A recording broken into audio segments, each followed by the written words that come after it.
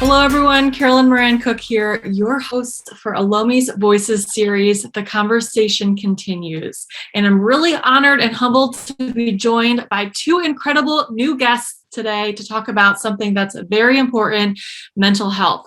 So without further ado, let me introduce my fabulous guests with you today, lifestyle and fashion influencer and co-creator of The Confidence Corner, Callie Thorpe, and influencer, model, mental health activist, and UN Women Ambassador, and newly qualified yoga teacher. Excited to talk about that, Jada Sezer. Thank you both so much for joining me today.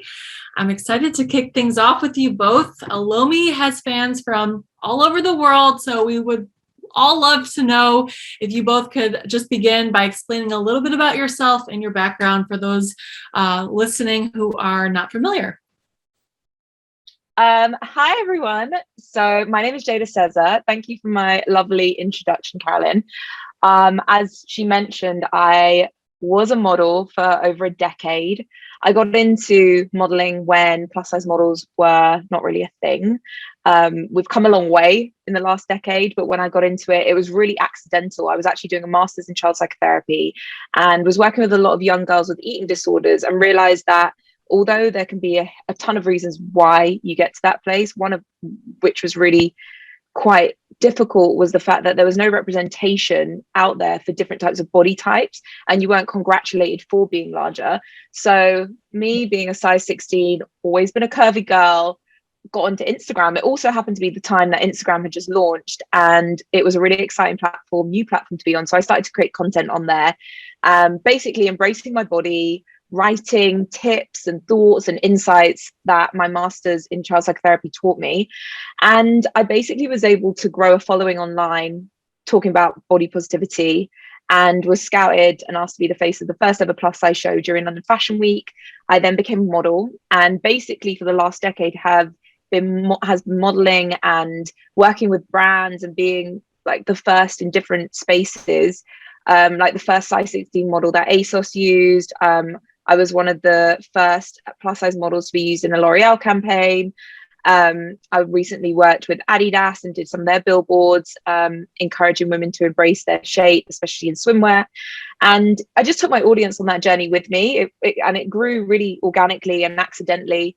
But in the last year, in the pandemic, I've sort of stepped away from modeling. I feel like we've come a long way since, and decided to go back to my roots of studying. I did a diploma in neuroplasticity and have just qualified as a yoga teacher. Don't know where it's all going to lead me just yet, but I'm exploring this new chapter now. What a wonderful journey that you're on and continuing on. And I think one of the coolest things, I also came from the modeling industry, that modeling is such a great stepping stone. And I have a lot of fun seeing where everyone goes with that. So what an incredible journey. Thanks for sharing with us. And Callie? Well, actually, Jada and I know each other slightly from when we both went to the same university, so that's a small world. And Jada and I also met kind of through this industry. As Jada very rightly said, at the beginning in 2012, there wasn't a huge amount of conversation, certainly in the UK, happening around the subject of plus size or what that meant and how much inclusivity and diversity there was in brands across the high street or really anywhere. And actually, I came into the world of this from the other side, which was that I was actually someone struggling with eating issues, and I was writing a diet diary in an attempt to lose weight.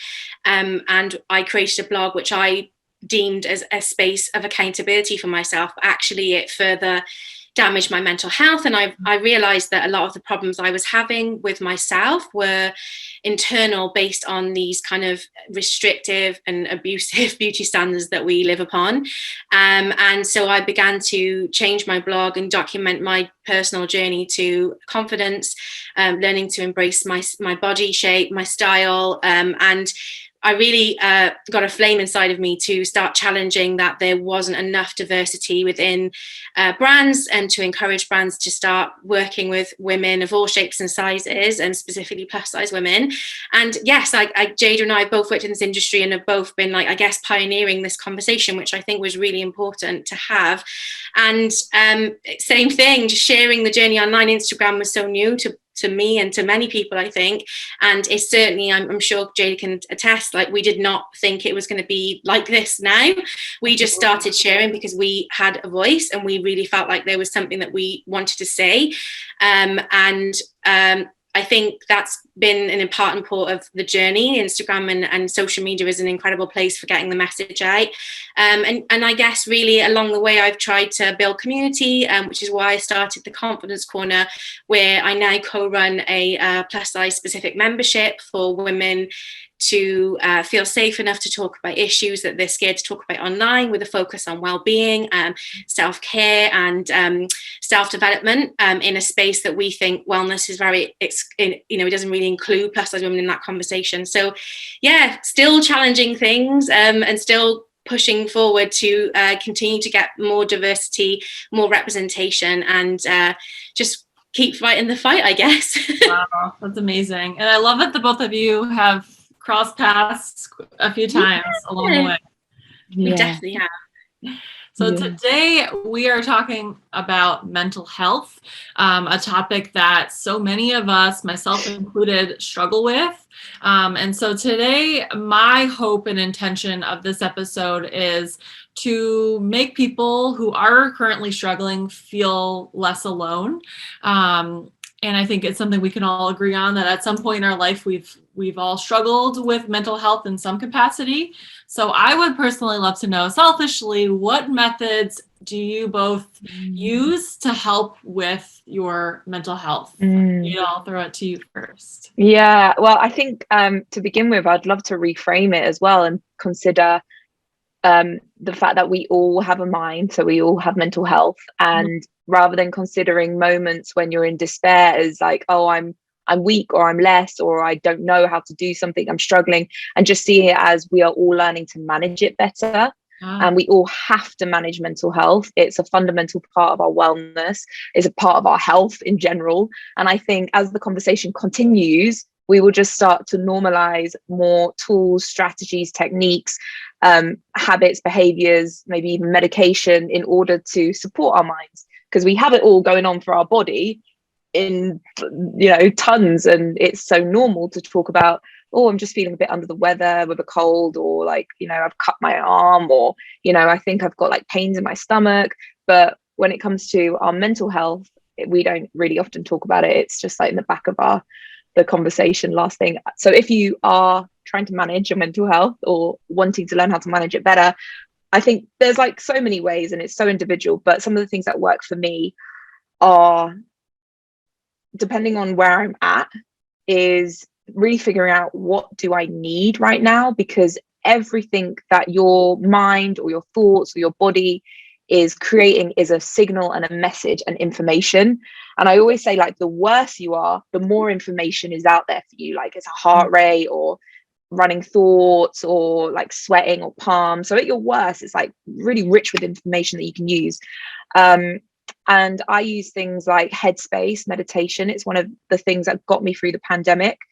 Now, if you are at a really bad place and it's gone quite far, like you've let a lot of things go, then I wouldn't say go to meditation, because right now you're not feeling safe, you've probably not slept, you've probably not eaten, you're probably not connected. And I think getting those fundamentals in place first before you can maybe relax and feel able to just be. I know a lot of people are like, just meditate, you'll be fine. But like, I know when I'm at like my worst, I'm like, oh, I can't meditate. I can't even just sit down for a second. So I would think meditation's something in my toolkit, but also maybe look at your basic needs that need to be met, keeping like a sleep diary.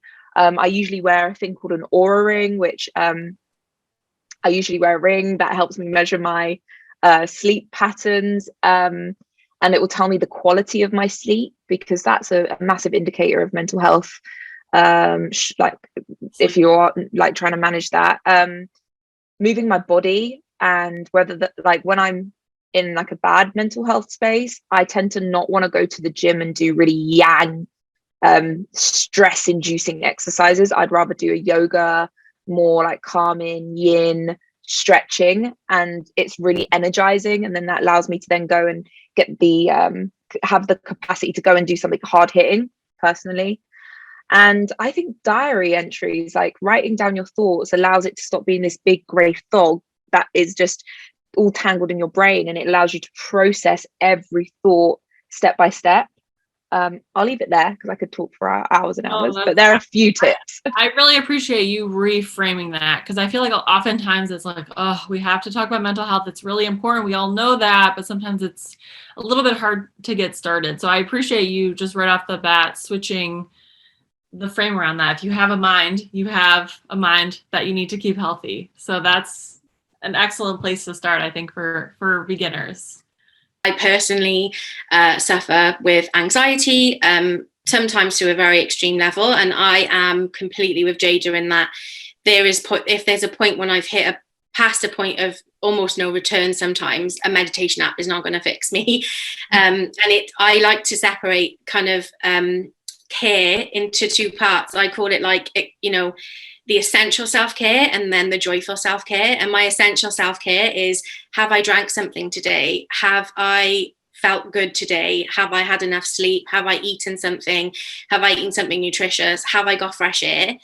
And then I work towards, I can have a bath, I can relax, I can do this, I can do that. Because I think sometimes when you're at a point of, you're really struggling with your mental health, it's very hard to function because, again, as Jada said so rightly, if you broke your leg, you would obviously go and get help at a doctor's. But because we have this stigma about mental health, we sort of assume that if you don't feel mentally well, that you can still do stuff, but that's not true. Sometimes mental illness or the feeling of being not in a mentally good place can really hinder how you show up and how you can get up and take care of yourself. And I think a lot of what I have to do is what I like to call my own accountability. Sometimes I have to force myself to do certain things.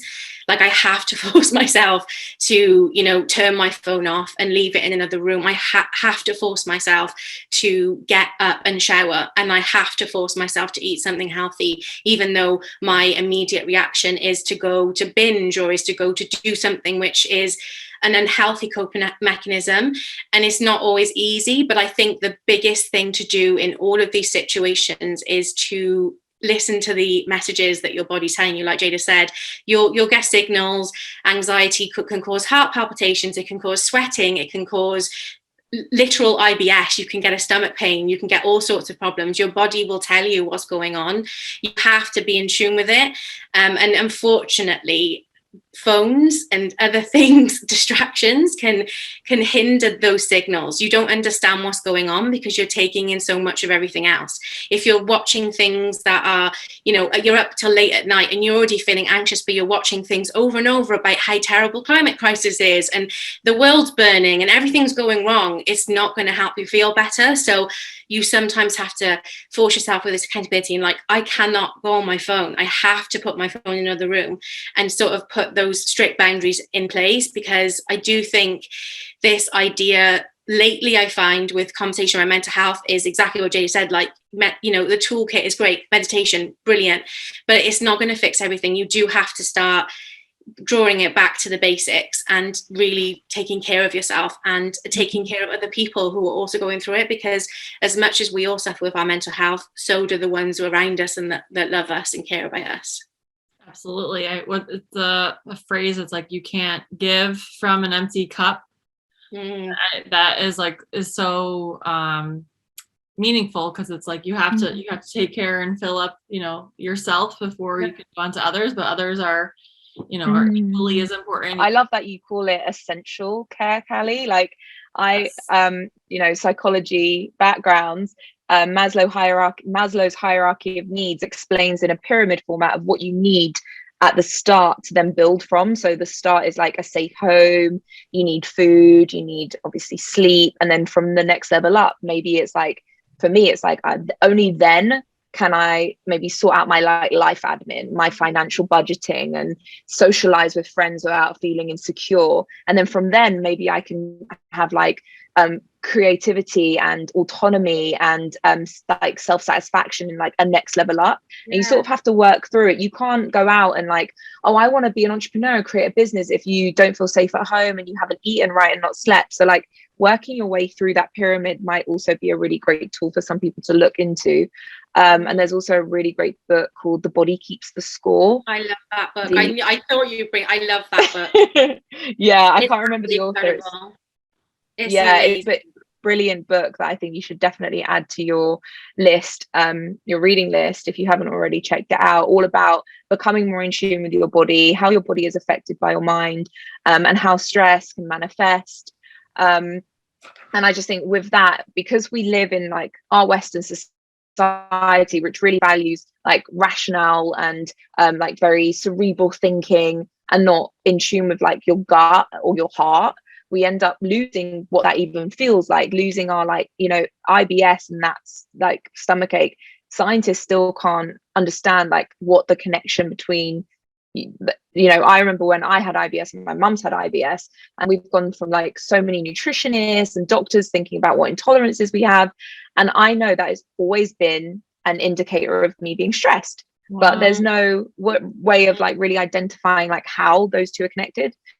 So becoming more attuned with your body is so important. It's like we're so intelligent, like our bodies are so intelligent at telling us, but I think we've lost the ability to connect almost. Yeah. Would you mind repeating yourself? I'm sorry, Jada. The pyramid and the book. Yeah. So it's the Maslow's hierarchy of needs and The Body Keeps the Score book. Okay. Awesome. I'm writing it down for my own. I literally have like scribbled all over that book. It's just, I love it so much. Yeah.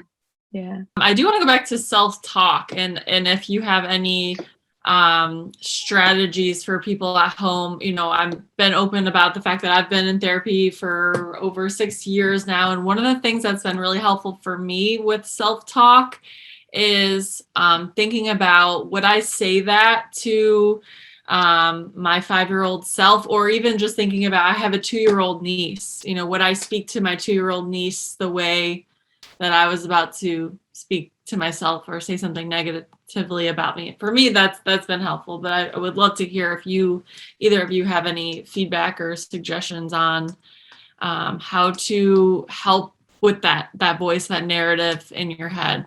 I guess one of which would be, if you want a practical tool, I have a notebook, and sometimes when I'm like really trying to pick apart this negative self-talk that's can be incredibly critical, things that you would never say to anyone else, not even like your worst enemy sometimes, and I will write that down and just write, I have a thought that, and then I'll just write.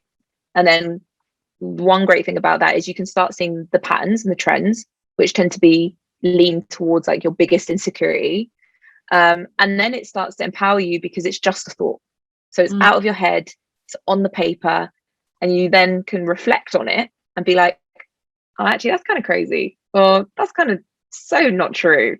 And then I like to go, where's the facts that that is true? If you're like, you know, I have a thought that I'm so ugly, or like I'm just so unattractive, or whatever it is. Okay, well, where's the facts to support that?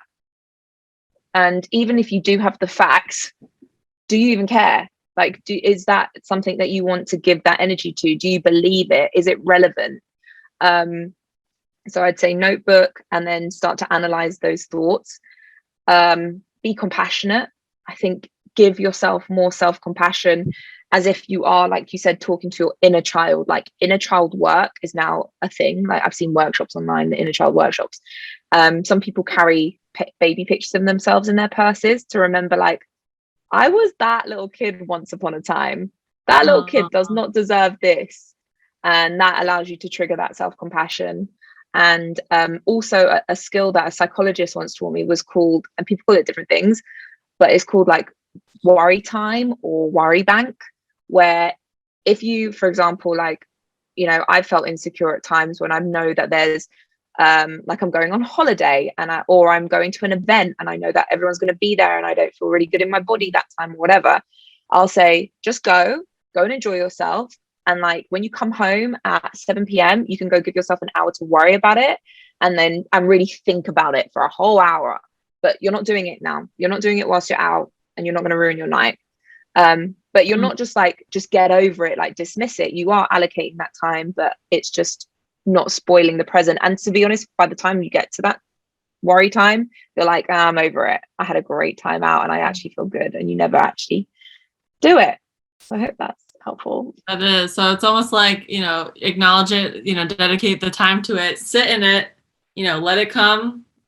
For me, it's, I visualize like a wave, right? Like you let it hit and you let it pass. So I think that's very valuable. Worry bank, that's what you said? Or the worry time or worry tank. My question for you, if you've both been so open and honest with us, so if you feel comfortable sharing, I'd love to know if there have been in times or any particular triggers that you've struggled with mental health, and what that journey has looked like for you, who has supported you through that, and I guess how you feel now currently and having overcome those experiences. I guess life is just hard.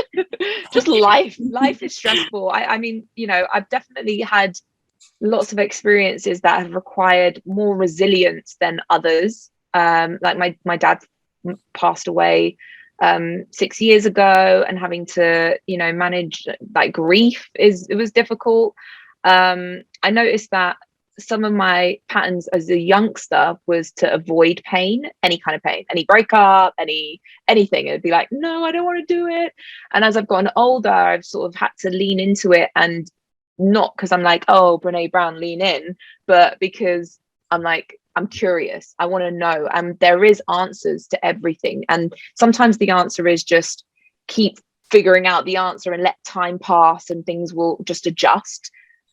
With sleep, with time, with the seasons of life. But I guess it's never easy, but that is the joy of life, because if everything was easy and we just floated on through, growth wouldn't happen, experience wouldn't be had, wisdom wouldn't be a concept that we can have. I think the unexpected can also bring you so much joy. And a girl in my yoga classes, my yoga clearly was very inspiring. Another girl was like, the strongest she ever felt was when she was at her weakest and asked for help. And to be able to feel that level of strength, you wouldn't get if you just breezed through life and everything was great all the time. When great became the norm and success became the mundane, like it just wouldn't be exciting. And not to say that we want the stress because there's no excitement, but I think you're not alone. To anyone that ever feels like this is just me, I'm the one that's struggling to manage things, and why is my life crap? Like we're all going through stress, and that's it. That's beautiful, Jada. So true. I think for me, if I'm deeply honest, I definitely have seen how the effects of being on social media has impacted me and my anxiety, and how it's definitely exacerbated anxiety for me, just because I've exposed myself to one, just sheer nastiness, sheer bullying, comments about my body, comments about my weight, quite extreme, vicious things happening to me, like being put on, hate forums or various different things, or threats, everything really. And I don't really think we've had that conversation properly yet in society about the effects of social media. And I feel like it's going to be something that they're going to look historically back at and realize that they have done a lot of harm by not implementing more safety for people who have lives and share and work online, which is the majority of people these days. And I definitely think that my anxiety is pinned to being seen as a good person and being seen as like pure and, never faulting and never being able to make mistakes, because I think there's this perception, especially if you ever do speak out about something like in some form of activism, it's like you can never make a fault, because it's like if you spoke about a subject, then automatically everyone looks to you for that. So if you don't speak out about it quick enough, if you don't do something quick enough, if you don't have the right answer for a person that they want to hear from you, you can become very quickly a villain in someone's eyes. And I think online in particular, there is a lot of standards specifically for women, which men just aren't exposed to. You know, there's this intense hatred towards the influencer world, because of this idea that, you know, women are just making money and selling stuff and doing all this stuff, but like men can do all these things and they're never challenged on it.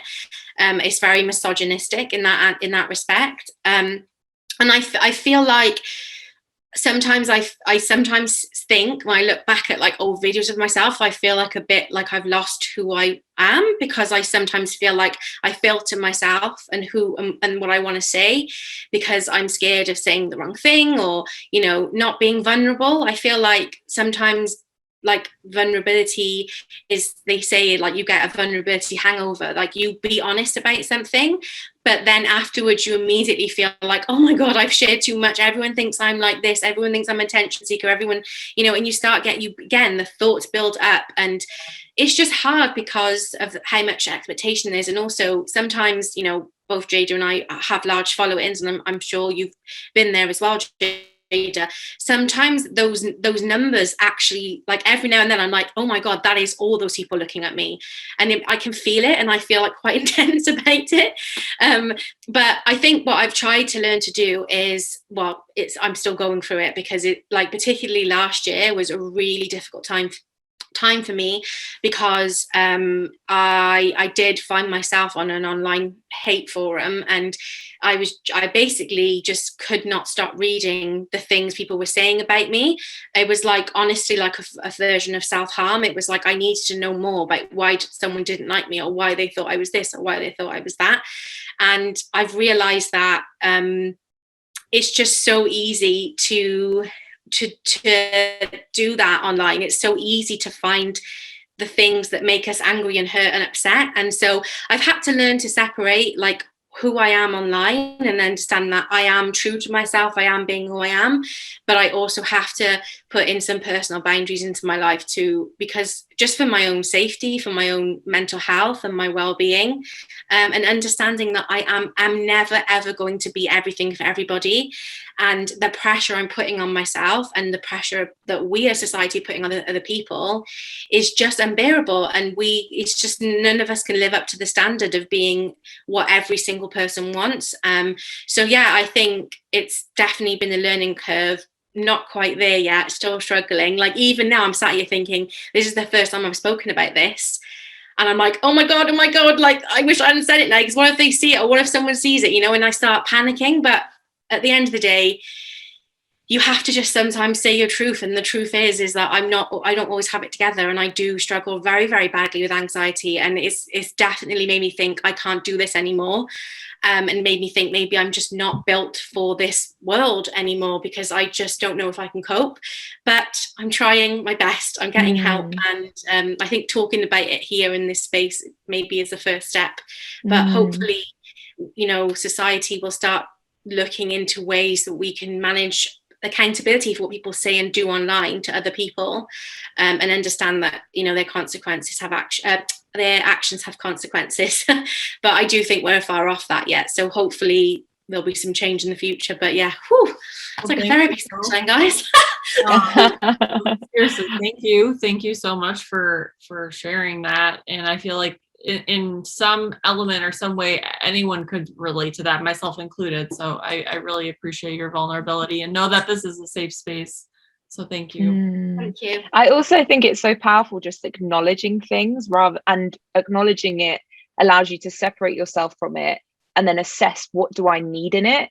Like, I have always had a career alongside social media, and that therefore was able to just like dabble in and out. But I know a lot of people, especially young people, like, when I grow up I want to be an influencer, and you're like, but what are you actually doing? And I think really focusing on the doing, you know, whether it's your activism or your confidence corner, and like creating communities that exist offline as well as online, having something tangible, as well as, you know, being able to use Instagram or whatever as a tool for this tangible asset that you're creating, I think is the thing that a lot of people miss. And it's just like, I want to share, which is fantastic. And, you know, some of these creators are sharing this like content that's mind blowing.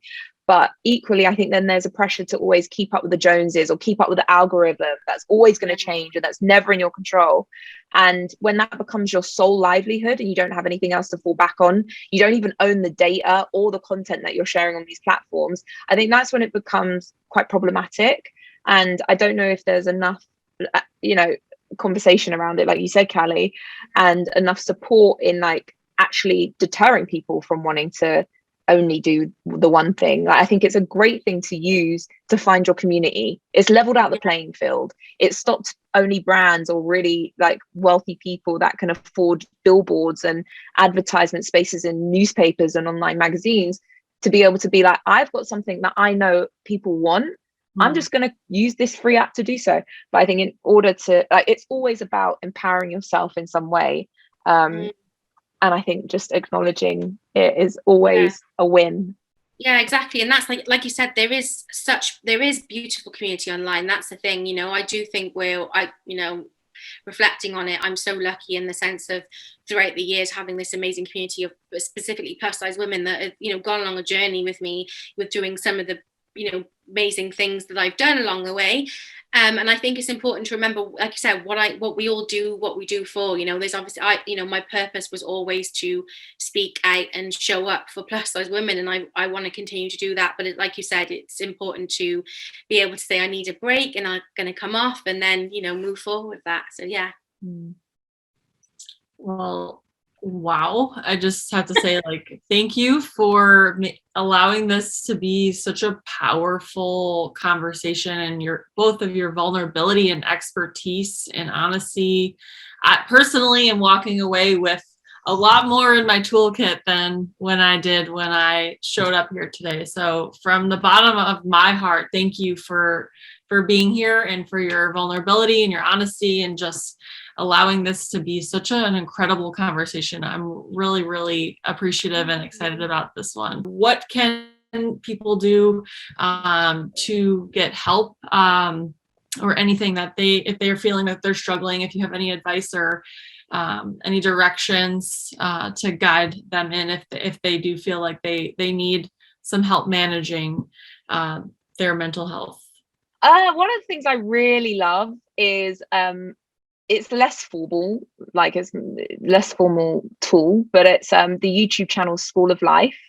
And they do loads of brilliant, really digestible nuggets of 3 to 6 minute videos talking about specific topics that are, you know, very specific, like, I don't know, toxic parenting, you know, identifying your inner child and what it needs, how to get through a breakup, how to get through a unavailable partner. Like, it's so, and the narrator is a really well-known man called Alain de Botton, and he is a phenomenal, I think it's psychiatry is his profession or background with history, I want to say, but incredibly knowledgeable and articulate and quite a realist. So it's not like, don't worry guys, you got this and it's all happy go lucky. It's like, it's just real. It's just like, that's life.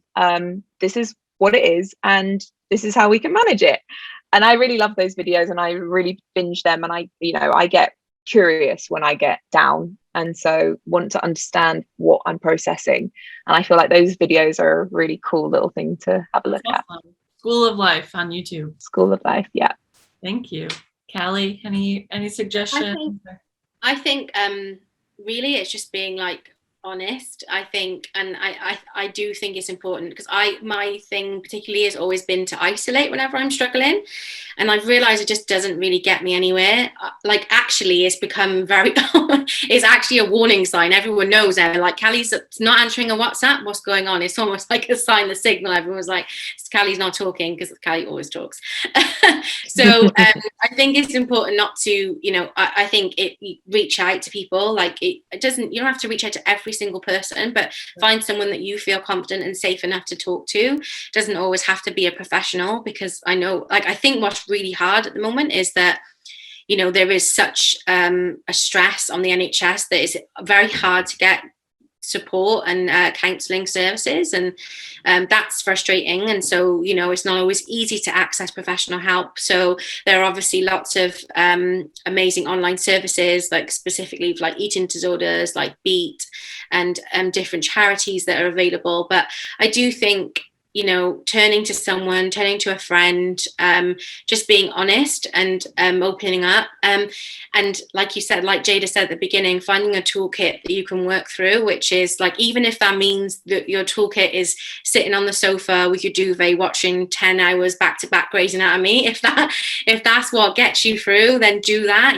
Obviously, not everything has to be fixed immediately. Sometimes you just need to process what's going on. So I think ultimately be kind to yourself and find someone that you trust and talk to them, and then like have them help you with next steps. The whole point, I think, what we're missing in society is mutual aid and community. That, like, back in the day, centuries ago, they used to say the term "it takes a village," and we don't really have a village anymore. Everyone does everything on their own. We live in an individualistic society, and that's because we're taught that we're busy all the time, work constant, and we just need to start like getting that feeling back that it's okay to reach out to your community, be that online, in real life, friends, family, anything. Just find a way to find community, because it's really important to find that and have that. So yeah, definitely try those things. Get your toolbox, get your duvet, reach out to a friend, and just find a way to manage and take care of yourself. So much for joining this Elomi Voices episode today, and for taking the time to talk with me. I found this so interesting, and I feel like this episode will stick with me for forever. So I know that the Elomi community will feel the same way. So it's important that we support one another and know that we are all a community here. Elomi fans, we want to keep this conversation going. So please let us know if you found this episode helpful. Thanks again for tuning in. We'll see you soon. Bye. Bye. Thank you. See ya.